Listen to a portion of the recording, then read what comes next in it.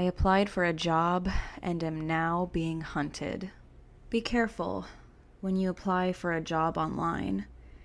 Do everything you can to verify it is really the company they claim to be.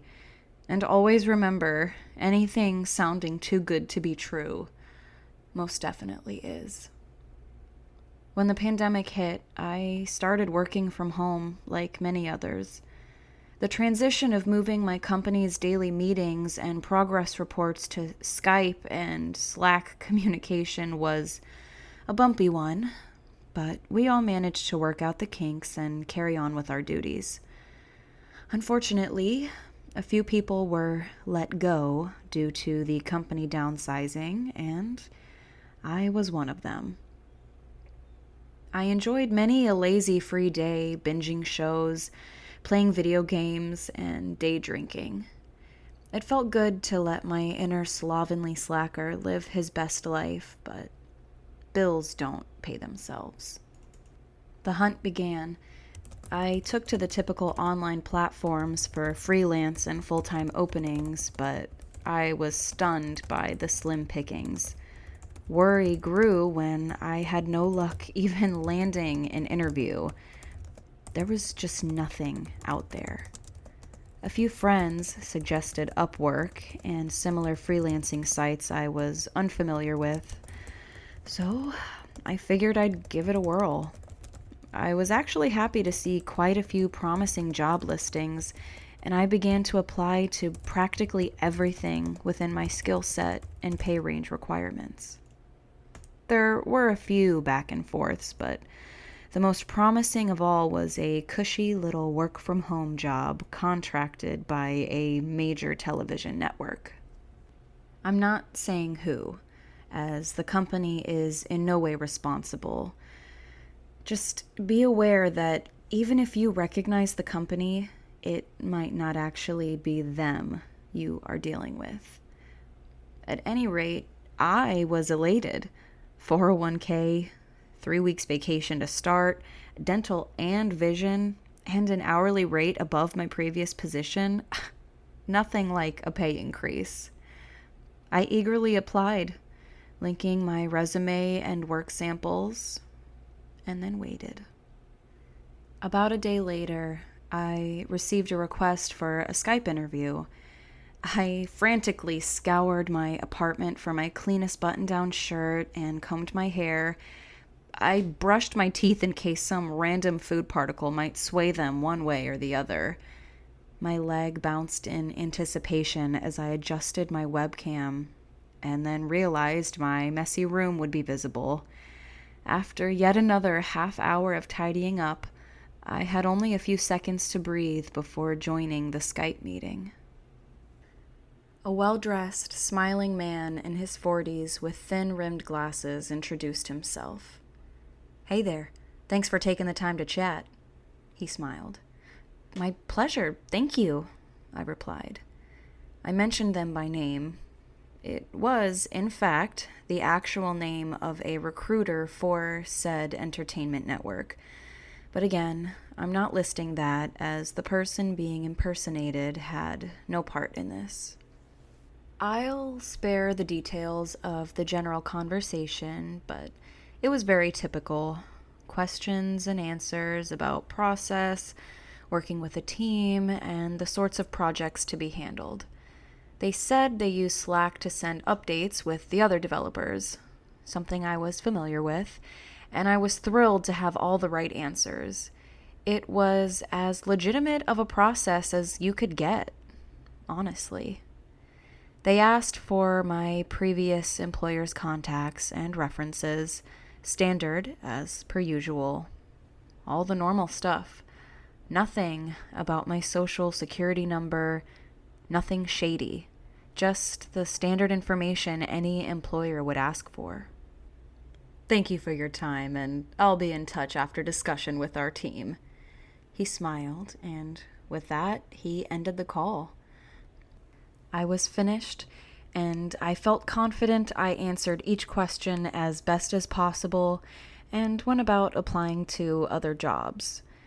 After a few hours, I received an email with a job offer, and I stood up from my chair and let out an exulted, "Yes!" The search was finally over. I perused the offer, and it was as legitimate as any as I'd ever seen, watermarked accordingly, the standard W-2 forms, etc. I eagerly filled out, digitally signed, and sent it off. I boasted to my friends and received the congratulations and regained the pep I'd been missing so dearly. I was to start after the upcoming weekend, so I had a couple of days to celebrate. When Monday's alarm woke me up, I popped up like bread from the toaster. I excitedly did my morning maintenance routine and sat down at my desk, ready to enter a new chapter in my career. I turned on my laptop and opened my inbox to see a slew of new messages, dozens, from friends, family, previous employers, ex-lovers, old college roommates. All had disturbing titles, and each one twisted my insides to the point I had to fight from falling out of my chair. "You are fucking dead when I see you," one read. "I thought I knew you," read another. I even had one from my landlord titled "Termination of Lease." My heart pounded and my hands shook as I clicked through each email, trying to understand what the actual fuck was going on. "Why would you share those photos and say that, you piece of shit?" one from an ex sent. An ex I hadn't seen or talked to in years. I had absolutely no photos of us on any device whatsoever, so I was so lost as to what it could all mean. I frantically replied to that one with, "I'm so scared and confused. What photos?" and continued reading the various emails from nearly everybody I'd interacted with for the past decade. Tears flowed down my face as I searched each hostile email for clues. Some had screenshots of me, the current me, as I'd appeared on my own screen during that Skype interview. I began to understand what had taken place. For whatever nefarious reason, the people who'd initiated that fake interview were trying to systematically destroy my life. Not destroy, obliterate.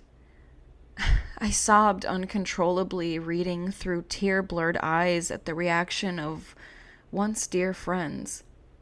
They referred to my YouTube page, one I had previously registered but never actually uploaded to. And there they were. 10 videos, all labeled, "I have to get this off my chest." I clicked the first, attempting to swallow a baseball-sized lump in my throat that would not budge. I then watched in horror. I was on the screen, real as any deepfake I'd ever seen, spewing the foulest, most hate-filled rants I had ever heard.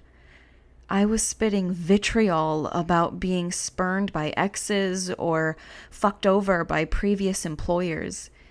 In each video, I held up explicit pornographic photographs I'd never seen and loathingly insulted people I dearly revered. My heart shattered, and I had to turn it off. I couldn't handle what I was seeing. It was so fucking real. The amount of time and effort that had to have gone into this methodical character assassination was top tier. I couldn't fathom how they were able to do it. I was just so far more concerned with why. They hadn't threatened me with releasing any compromising details, yet they clearly had somehow gained access to all of my personal accounts. The on-screen mimic of myself mentioned and even screenshotted very personal messages and emails. They somehow learned about personal crises I'd helped my friends through and exposed them in a staggeringly sinister fashion. They painted me as a fucking monster. I hurriedly sent a mass email explaining I was being targeted for some horrific scheme and explained that I had no idea how they did it so convincingly. I pleaded for people to know it was not me and that I was the victim of some horrific attack. But I'd seen a bit of those videos. They were so damned real, I nearly convinced myself I'd gone mad and had some blackout or absolute lapse in sanity. But that on-screen version of me had compromising material on people that I had never seen. I didn't have the stomach to watch anymore. I didn't want to know whatever compromising or personal information it was using to paint me as a monster. I just knew one thing as I sent emails attempting to plead my innocence. Nobody was going to believe me. My life was over. And why? The story, at least in my mind, ended there. My life was destroyed. My network of friends, family, and acquaintances were gone. My face was smeared with snot and tears as I curled up into a ball and rocked back and forth. Suicide seemed like the only solution. One final way of apologizing for all the horrific damage being perpetrated by my own likeness. I just wanted to know why. I sat shivering in my shower, my knees clenched tightly to my chest when I heard the knock on my door. I imagined it was someone eager to beat the living shit out of me, but something about the knock seemed to harbor no hostility. Still, I couldn't budge. I couldn't speak. I was paralyzed with the rawest and most absolute dread I'd ever thought imaginable. I heard a faint rustling sound, and when I was finally able to swivel my eyes in the door's direction, I saw that an envelope had been slipped under the door. A crimson envelope. I stared at it as the intrigue of what might be within finally was enough to rouse me from my seated position. The apartment was dark, and I realized it had been hours since I'd moved. I wanted to just sit there and starve, then rot until the angered landlord came to drag out my rigid corpse from the shower. I thought to myself, if people had known how absolutely destroyed I was, they might believe me in death. They might believe it hadn't been me. But that envelope sat there, and I sought out answers. Such a fool I was. My joints creaked and my muscles struggled to move, but I eventually walked over and picked up the red envelope. On it was an emblem, some sigil bearing the likeness of a deer mid-bound. A ribbon streamed from its torso that was meant to represent blood. My quivering fingers struggled as I opened it to reveal a piece of high-quality paper folded in half. I unfolded it and read. Dear Sir, answer the telephone. Nothing else. I walked over to my phone, which had apparently been ringing and vibrating from message alerts for God knows how long. I ignored the all-caps hate spewed across the small screen and watched as a call came in from an unknown number. I reluctantly answered and listened as a monotonous computer-generated woman's voice began to speak. Congratulations. You've opened the letter, and the hunt is officially on. Who will claim the prize? That depends on them, but they will come, and you will be slain. That is inevitable.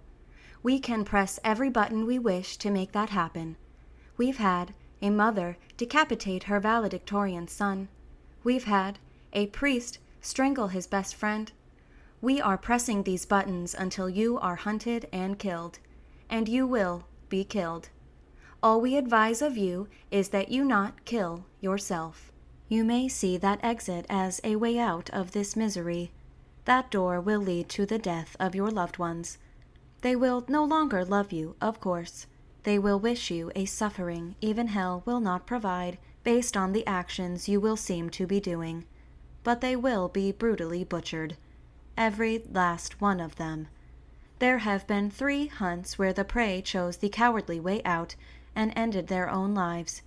Nearly a dozen of the people closest to them were slain, and they are now forever known as the person who orchestrated it. Stakes have been placed. Wagers have been made. You are just a little pawn in this game we play. I myself have a number of millions to be made if my hunter is the one to carry it out. But it is against the rules to tell you which person from your life I bet on. That might skew the results. Such is life, right? Enjoy your hunt, and be well aware, if you try to off yourself in an accident of any sort, we will know. Your nieces and nephews will be delimbed alive and fed their own tongues. Don't bother trying to expose us. The tracks have been cleanly removed. Even this one. Enjoy the hunt.